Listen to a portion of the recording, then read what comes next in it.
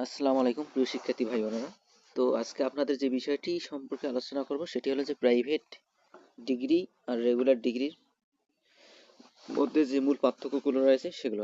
আসলে private degree কি আর regular degree কি, বা রেগুলার ডিগ্রি আর প্রাইভেট ডিগ্রির মধ্যে পার্থক্য কি, সেই বিষয় সম্পর্কে আজকে আলোচনা করব। তো আপনারা দেখতেছেন যে এখানে আমি যেটা বলছি যে প্রাইভেট ডিগ্রি আর রেগুলার ডিগ্রির মধ্যে পার্থক্যটা কি।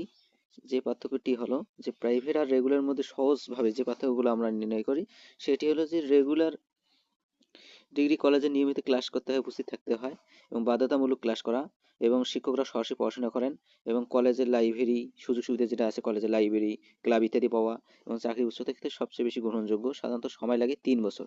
এবং প্রাইভেট ডিগ্রির ক্ষেত্রে যে বিষয়গুলো রয়েছে সেটা হলো যে কলেজে নিয়মিত ক্লাস করতে হয় না, নিজের মতো পড়াশোনা করতে হয়, শুধু ফর্ম পূরণ এবং পরীক্ষার সময় পরীক্ষা দিতে হয়। চাকরির ক্ষেত্রে কি গ্রহণযোগ্যতা আছে, তবে কিছু ক্ষেত্রে সীমাবদ্ধতা থাকে। যারা চাকরি বা অন্য কাজে ব্যস্ত থাকেন তাদের জন্য সুবিধাজনক, সাধারণত এটাও 3 বছর লাগে।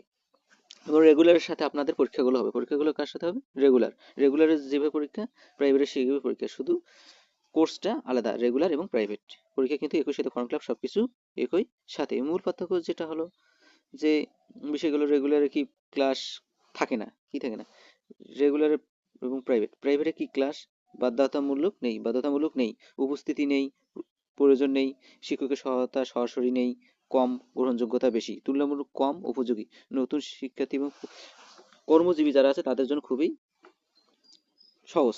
এবং আমার পরামর্শ যেটা হলো যে আপনি যদি সময় নিয়ে পড়াশোনা করতে পারেন ও ভবিষ্যতে ভালো চাকরি উচ্চতা করছেন তাহলে রেগুলার ডিগ্রি ভালো। আর যদি চাকরি বা অন্য কারণে নিয়মিত কলেজ যাওয়া আসা সম্ভব নয় তাহলে প্রাইভেট ডিগ্রি সবচেয়ে উপযুক্ত।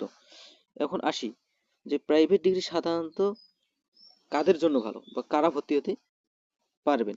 তো প্রাইভেট ডিগ্রি ভর্তি হতে পারবে যারা চাকরিজীবী, সরকারি চাকরিতে আছেন, তারা নিয়মিত ক্লাস করার সম্ভাবনা, তারা বয়স বেশি এমন শিক্ষার্থী যাদের বয়সের কারণে রেগুলার ভর্তি হওয়া যায় না, বা দেখা যাচ্ছে যে ইন্টারমিডিয়েট যদি 2 বছর গ্যাপ খায়, বা 2 বছর গ্যাপ খেলে তারা রেগুলার ভর্তি হতে পারে না, কিন্তু তারা কি কি প্রাইভেট কোর্সে ভর্তি হতে পারবে তো দীর্ঘদিন।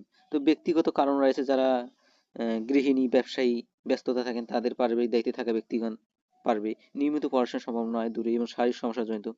শিক্ষাগত যোগ্যতা, সাধারণত শিক্ষাগত যোগ্যতা হলো যে এসএসসি সমমান যে কোনো বোর্ডের হতে হবে। মানবিক, বিজ্ঞান, ব্যবসায় শিক্ষা সব গ্রুপেই যোগ্য সাবজেক্ট অনুযায়ী পাবে। তো কিছু কিছু সাবজেক্ট রয়েছে যেটা আপনাদেরকে বলি যে অনুমোদিত নয়, প্রাইভেটে বিজ্ঞান বিষয় কিন্তু অনুমোদিত নয়, এটা মনে রাখতে হবে।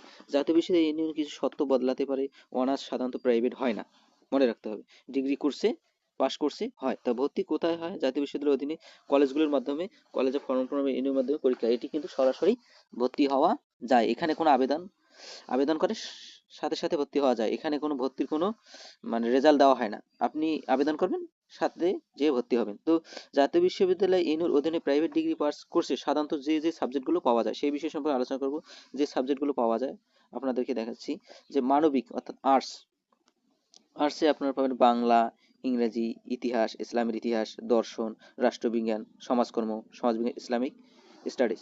এবং ব্যবসায়ী শাখায় যেটা পাওয়া যায় যে হিসাব বিজ্ঞান রয়েছে, ব্যবস্থাপনা, মার্কেটিং এবং ফিনান্স ও ব্যাংকিং, এটা হলো কি যে ব্যবসা শাখায়। এবং প্রাইভেটে আপনার বিজ্ঞান শাখার কোনো সাবজেক্ট হয় না, যে বিজ্ঞান শাখার কোনো সাবজেক্ট হয় না, সাধারণত প্রাইভেটে কি বিজ্ঞান শাখার সাবজেক্ট না, কিন্তু রেগুলারে বিজ্ঞান শাখার সাবজেক্টগুলো পাওয়া যাবে। অর্থাৎ অনার্স, ইঞ্জিনিয়ারিং, মেডিকেল বিষয় অর্থাৎ এগুলো আপনারা পাবেন না প্রাইভেটে। যারা বিজ্ঞানের ছাত্র তারা পাবেন না, ফিজিক্স, কেমিস্ট্রি, ম্যাথ, বায়োলজি এগুলো পাবেন না। এবং প্রাইভেটে যে শুধু পাস কোর্স হয়, অনার্স নয়, সব কলেজেই সাবজেক্ট থাকে না, এনিউ নিয়ম অনুযায়ী সাবজেক্টগুলো পরিবর্তন হতে পারে।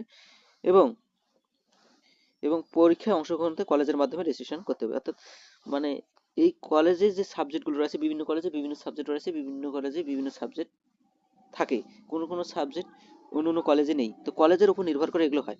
তো এই যে প্রাইভেট কোর্স ডিগ্রিতে আপনারা ভর্তি হতে পারবেন 94টি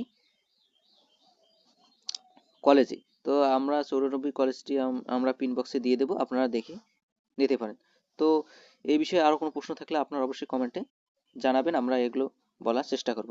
তো সবাইকে ধন্যবাদ, ভিডিওটি ভালোভাবে দেখবেন তাহলে আপনারা জানতে পারবেন।